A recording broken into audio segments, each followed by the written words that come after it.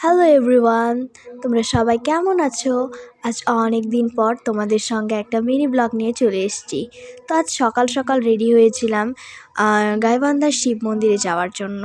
শুনেছি মন্দিরটা নাকি নতুন তৈরি হয়েছে আর অনেক সুন্দর আর অনেক ভালো। সবাই যাচ্ছিলো, তাই আমিও মনে করলাম আমরাও যাই। তো সেই অনুযায়ী আমরা মোটামুটি সকাল 9টায় রওনা দিয়ে ফেলেছিলাম। আর আজকের দিনটা এত ঠান্ডা ছিল, চারিদিকে এত কুয়াশা, কিছু দেখা যাচ্ছিল না। আজকেই কিন্তু হুট করে এমনটা হয়েছে। কয়েকদিন আগে পর্যন্ত অনেক সুন্দর রোদ ছিল, আজকেই এমন কুয়াশা ঠান্ডা। তারপরেও আমরা অনেক মজা করে যাচ্ছিলাম, যেহেতু সবাই মিলে যাচ্ছিলাম। অনেক মজা করেছি আমরা গাড়িতে। তো আমরা ফার্স্টে মহাস্থানগড়ে গিয়েছিলাম, কারণ এটাই রাস্তায় সর্বপ্রথম পড়েছিল, তাই ভাবলাম আগে মহাস্থানগড়টা ঘুরেই যাই। আর এর আগেও কিন্তু আমি একবার এই জায়গায় এসেছিলাম। তো এর আগে যখন এসেছিলাম আমি পুরো জায়গাটা ঘুরে গিয়েছিলাম, আর এবারে যেহেতু টাইম শর্ট ছিল ওই জন্য পুরোটা ঘুরতে পারিনি, কিছুটা ঘুরেছি।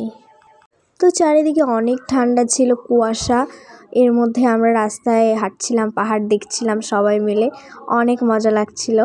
তো ওখান থেকে বেরিয়ে আমরা চলে এসেছিলাম গাইবান্ধার সেই শিব মন্দিরে, যেটা বর্তমানে নতুন হয়েছে। অ্যাট লাস্ট মন্দিরে ঢোকার পর আমার এত ভালো লেগেছিল, মন্দিরটা আমার এত পছন্দ হয়েছে। এত সুন্দর একটা প্লেস, এর আগে আমি কখনো দেখিনি।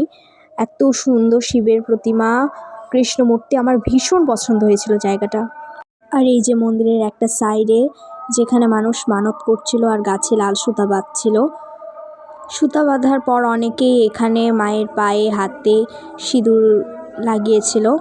তবে এর মধ্যে সবথেকে ইন্টারেস্টিং বিষয় হলো এখানে মানুষ পা ভিজিয়ে ভিজিয়ে উপরে উঠছিল মা কালী দর্শনের জন্য। আর মন্দিরের চারপাশে দেবদেবীদের এত সুন্দর সুন্দর প্রতিমা, যেটা কিন্তু অনেক ভালো লাগছিল আমার কাছে।